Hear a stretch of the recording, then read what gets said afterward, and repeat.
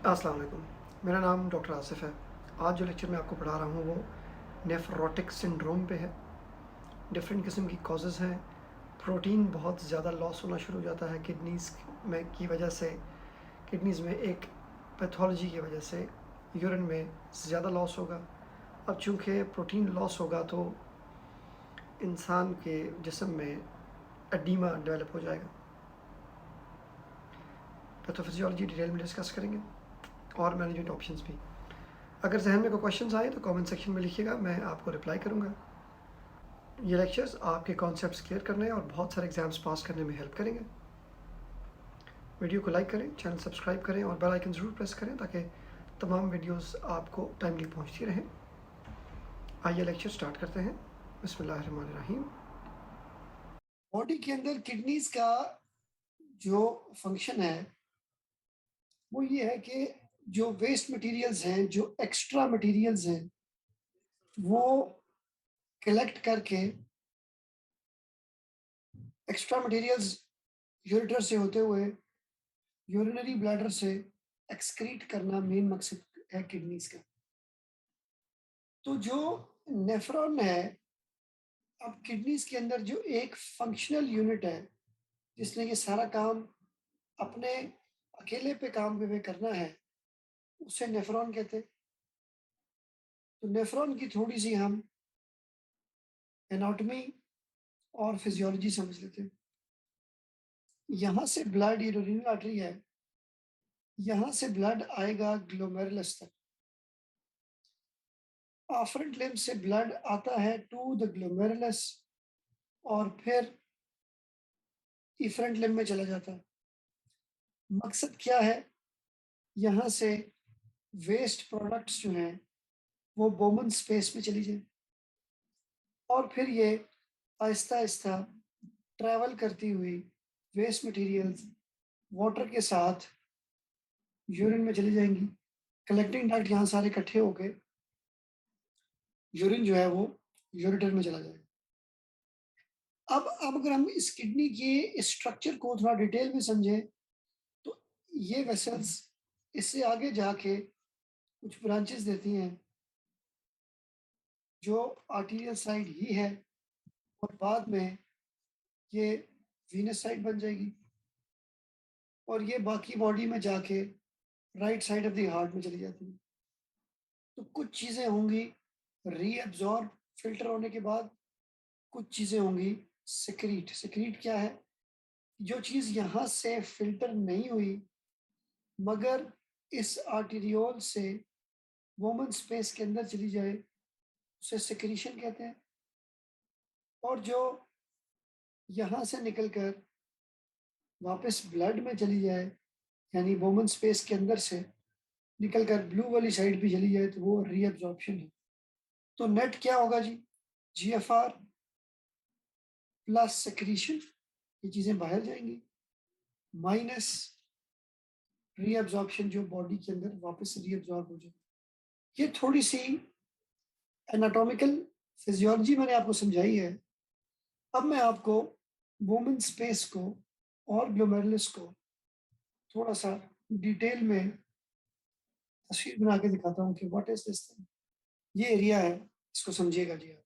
हमारे पास एक, अगर मैं इसको एनाटॉमिकली इंक्रीज साइज में लेके आऊं तो ये सेल्स हैं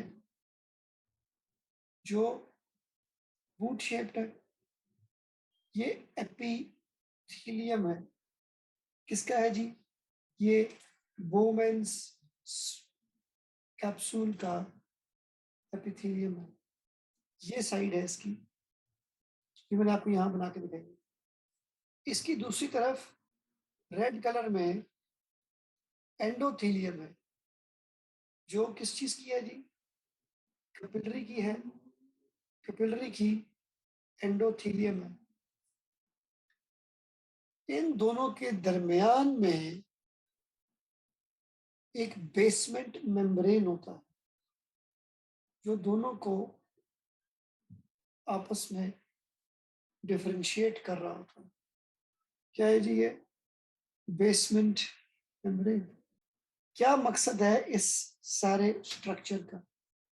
इस स्ट्रक्चर का मकसद ये है कि जो वेस्ट प्रोडक्ट्स यहाँ पर आई हैं वो सिर्फ सिलेक्टेड चीजें फिल्टर हो सकती हैं, सच एज ग्लूकोज फिल्टर नहीं होती, कुछ होती है तो वो रीअब्सॉर्ब हो जाती है, सोडियम वाटर आराम से फिल्टर हो जाता है, क्रेटिनिन आराम से फिल्टर हो जाता है। इंपॉर्टेंट चीज जो हम अभी डिस्कस करेंगे वो है फिल्ट्रेशन फिल्ट्रेशन ऑफ प्रोटीन्स, खास तौर पे एल्ब्यूमिन की। तो ग्लोमेरुलर बेसमेंट मेम्ब्रेन में नेगेटिव चार्ज होता है और एल्ब्यूमिन में भी नेगेटिव चार्ज होता है। तो अगर ये एल्ब्यूमिन इन थोड़ी सी स्पेस के अंदर से गुजरना चाहेगी तो नेगेटिव और नेगेटिव की रिपल्शन होगी, इसलिए नॉर्मली एल्ब्यूमिन फिल्टर नहीं होती। इसलिए एक नॉर्मल बंदे की यूरिन में एल्ब्यूमिन नहीं होती। अगर कोई ऐसी डिजीज आ जाए कि ये नेगेटिव चार्ज खत्म हो जाए तो ये एल्ब्यूमिन क्रॉस कर सकती है, या ये बेसमेंट मेम्ब्रेन खराब हो जाए, या ये फूड प्रोसेसेस नैरो हो जाए, बारीक हो जाए, तो एल्ब्यूमिन यूरिया हो सकता है। क्योंकि एल्ब्यूमिन एक प्रोटीन है तो कुछ बुक्स इसे प्रोटीन यूरिया भी लिखते हैं। ये पॉइंट समझ में आया जी आपको? Yes sir. सबको समझ आ गया? अगर किसी को नहीं आया तो पूछ ले, फिर मैं आगे चलता हूँ। जी सर, समझ आ गया। Saima, you Yeah, join yes, sir. There? जी सर, मैं थोड़ा सा लेट आई थी, सॉरी सर। नहीं नहीं, मतलब समझ तो आ गया ना, ये पूछ लो। अब जब मैंने ये कहा कि प्रोटीन लॉस होना शुरू हो जाएगा तो सबसे पहला स्टेप होना कि एल्ब्यूमिन यूरिया हो। तो सेकंड पॉइंट ये होगा कि एल्ब्यूमिन कम हो जाएगी इन सीरम, बॉडी के अंदर, यानी सीरम के अंदर, ब्लड के अंदर कम रह जाएगी। ये तो अंडरस्टैंडेबल सी बात है क्योंकि वो लॉस हो रही है यूरिन के अंदर। अगर एल्ब्यूमिन कम होती है तो मरीज को अडीमा हो जाता है, पाँव में अडीमा हो जाएगा, खास तौर पे फेस पफी हो जाएगा, आईज खास तौर पे मरीज कहेगा कि मैं सुबह सो के उठता हूँ तो आईज ज्यादातर पफी होती है। इसके अलावा एसाइटीज हो सकती है, पेट में पानी होना, प्लूरल एफ्यूजन हो सकती है, लंग्स में पानी होना। ये कॉन्सेप्ट के एल्ब्यूमिन कम होने की वजह से क्यों एडिमा होता है, ये कॉन्सेप्ट यहाँ क्लियर कर लेते हैं। पीसी है जी, पीआई है, पाई सी है, पाई आई है। ये है हाइड्रोस्टैटिक प्रेशर। कहाँ का? कैपिलरी का। यही हाइड्रोस्टैटिक प्रेशर इंटरस्टिशियम का है। पाई क्या है? पाई है जी ऑनकोटिक प्रेशर। कैपिलरी का ऑनकोटिक प्रेशर इंटरस्टिशियम का। ये होता है वाटर कितना ज्यादा है वेसल के अंदर। ये वेसल है जी। वेसल मतलब चाहे आर्टरी है चाहे वेन है। अब हम बात करेंगे ऑनकोटिक प्रेशर की। The oncotic pressure is because of protein या because of the albumin. Albumin जितना ज्यादा होगा उतना प्रेशर ज्यादा होगा, उतना ही फ्लूइड वेसल के अंदर रुकेगा, यानी कि अडीमा नहीं होगा। हमारे मरीज को क्या है?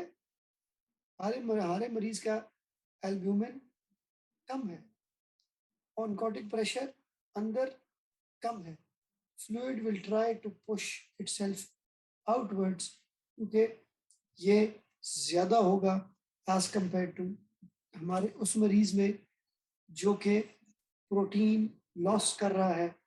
एक्स्ट्रा फ्लूइड यहाँ आएगा और इस एक्स्ट्रा फ्लूइड को बाहर आने को क्या कहेंगे? एडिमा हो जाएगा। अब ये चाहे फेस पे हो, चाहे पाँव पे हो, एब्डोमेन में हो, लंग्स में हो, have you guys understood the oncotic pressure के ऑनकोटिक प्रेशर कम होने की वजह से एडीमा क्यों होता है? जी sir. Yes sir. Yes, sir. हमारे मरीज में एल्ब्यूमिन इसलिए कम है कि एल्ब्यूमिन लॉस हो रहा है, और जब एल्ब्यूमिन लॉस होता है तो उसकी वजह से सीरम में लो एल्ब्यूमिन होने की वजह से अल्टीमेटली क्या होगा? There will be oedema. तो एडीमा, एल्ब्यूमिन यूरिया, उसकी वजह से एल्ब्यूमिन कम हो गया है। इसके अलावा क्या होगा? इंक्रीज्ड लिपिड्स हो जाएंगे। नंबर 5, प्रोथ्रोम्बोटिक हो जाएगा। अब ये नंबर 4 और 5 को भी समझ लेते हैं। लिपिड्स इसलिए ज्यादा होते हैं कि शुरू में लिपिड लॉस ज्यादा होता है यूरिन में, उसके चक्कर में लिवर ज्यादा बनाना शुरू कर देता है, लिपिड ज्यादा हो गए। थ्रोम्बोटिक स्टेट क्यों है? एंटी थ्रोम्बिन 3 एक प्रोटीन है जो कि लॉस हो जाती है यूरिन में। जैसे बाकी प्रोटीन्स लूज हो रही हैं, वैसे थ्रोम्बोसिस को बचाने वाली प्रोटीन एंटी थ्रोम्बिन 3 भी लॉस हो जाती है यूरिन में। तो जब एंटी थ्रोम्बिन 3 लॉस हो जाएगी यूरिन में, तो पीछे क्या होगा? तो थ्रोम्बस कहीं भी बन सकता है, वेन में हो, आर्टरी में हो। We have to be careful कि हम इस थ्रोम्बोसिस को प्रिवेंट कर लें। तो ये जो हमने बात की है अभी कुछ सिम्टम्स की, और हमने प्रॉब्लम भी बताया है क्यों हो रहा है, इसे कहते हैं nephrotic syndrome. O is for oedema. Oedema से आप ये अंदाजा लगा लें कि एडीमा ही क्यों हो रहा है? प्रोटीन लॉस से हो रहा है। तो आपको नेफ्रोटिक सिंड्रोम याद रह जाएगा कि नेफ्रोटिक में एडीमा होता है, और नेफ्रोटिक में एडीमा होने की वजह भी मैंने आपको समझा दी है। प्रोटीन यूरिया हमने नाम तो ले लिया, मगर क्या थोड़ी बहुत प्रोटीन आना भी प्रोटीन यूरिया कहलाएगा? मोर देन 3.5 ग्राम्स होना चाहिए एक दिन में बिफोर इट डिफाइंस इटसेल्फ। 3.5 से कम को हम प्रोटीन यूरिया कहेंगे, मगर वो नेफ्रोटिक नहीं होगा। समझ गया? हाइपो एल्ब्यूमिनीमिया यानी कि सीरम में एल्ब्यूमिन कम होना, 3 ग्राम से कम होना सीरम में, उसमें फर्क है सिस्टम्स में, कुछ बुक्स 30 ग्राम्स भी लिखती हैं, तो वो उसमें हम अकॉर्डिंगली डिवाइड कर लेते हैं कि कौन से हम स्केल यूज कर रहे हैं। तो एल्ब्यूमिन का कम होना, प्रोटीन का लॉस ज्यादा होना, क्या अल्टीमेटली रीनल डिसफंक्शन होगा कि नहीं होगा, ये इंपॉर्टेंट है। अल्टीमेटली किडनीज काम करना कम कर देंगे। किडनीज काम कम करेंगे तो renal dysfunction will lead to end stage renal disease. End stage renal disease क्या है? ये वो कंडीशन है जहां लाइफ दो चीजों के बगैर मुमकिन नहीं है। एक डायलिसिस के, जिसे रीनल रिप्लेसमेंट थेरेपी भी कहते हैं, या फिर किडनी ट्रांसप्लांट के।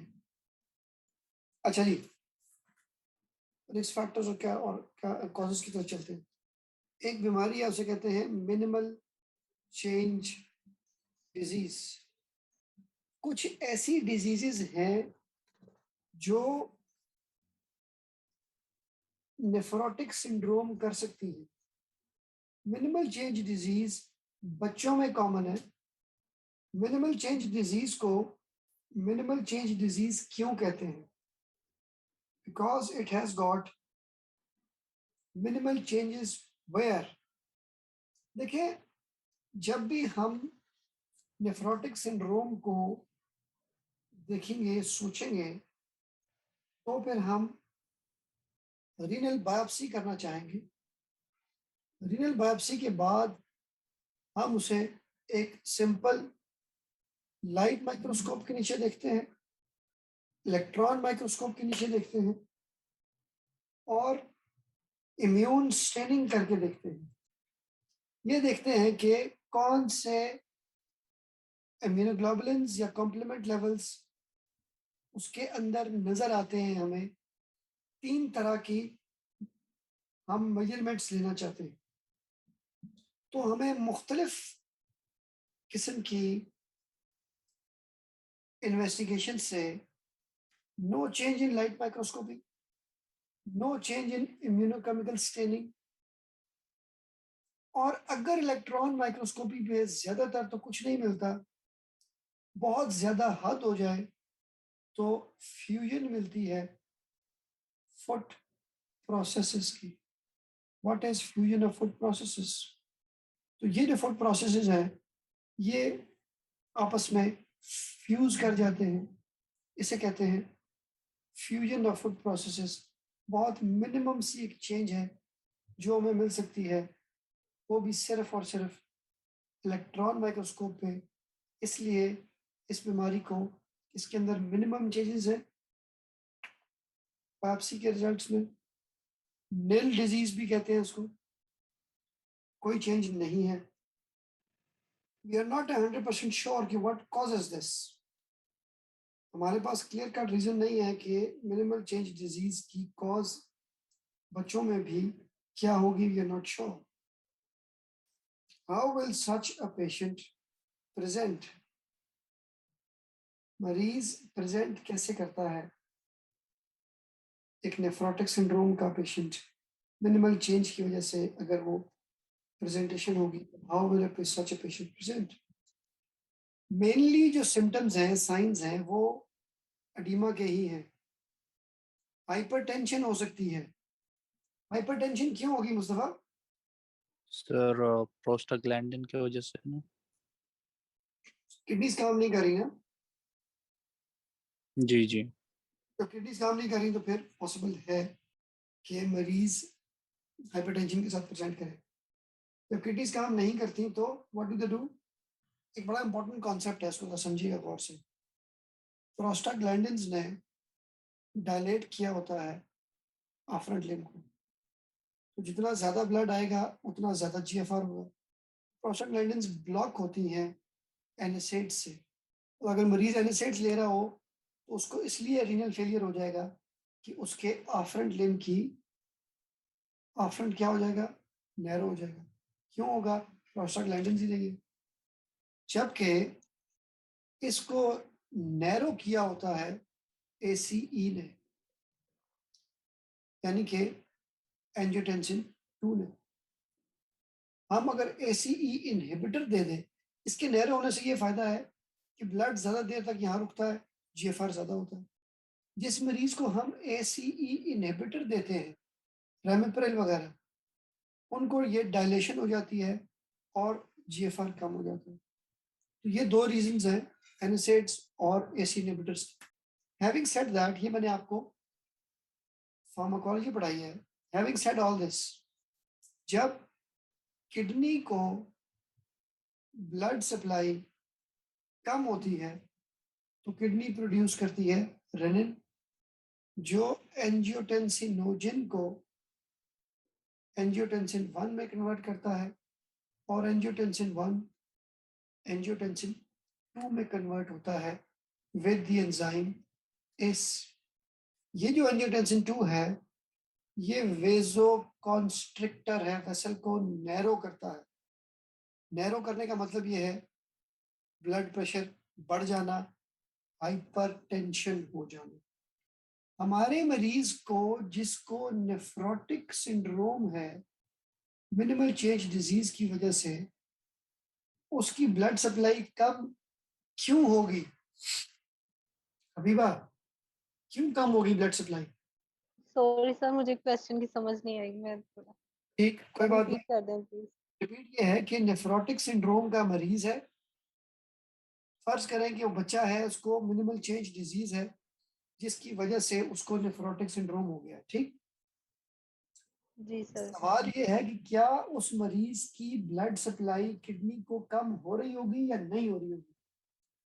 देखो, नेफ्रोटिक सिंड्रोम में प्रोटीन लॉस हो रही है और जो एक्स्ट्रा फ्लूइड है वो कहाँ कलेक्ट हो रहा है जाके, एब्डोमेन में, लंग्स में, फीट में। इसका मतलब ये है कि वो एक्स्ट्रा पानी वेसल्स में नहीं है जबकि वेसल्स में होना चाहिए। तो किडनी की ब्लड सप्लाई कम हुई जिसकी वजह से रेनिन, एंजियोटेंसिनोजन, एंजियोटेंसिन 1 और एंजियोटेंसिन 2 ज्यादा हो जाएगा।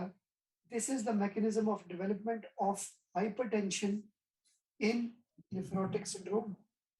सिर्फ नेफ्रोटिक सिंड्रोम में नहीं, हर वो मरीज जिसकी किडनी काम नहीं कर रहे उस मरीज को ब्लड प्रेशर ज्यादा हो जाएगा। Is that okay? Yes sir. जी सर, ठीक है। इसलिए ये मरीज हाइपरटेंशन के साथ हॉस्पिटल में आ सकते हैं। नेफ्रोटिक सिंड्रोम का मरीज इसके अलावा इंक्रीज्ड इन्फेक्शंस के साथ आता है। क्यों?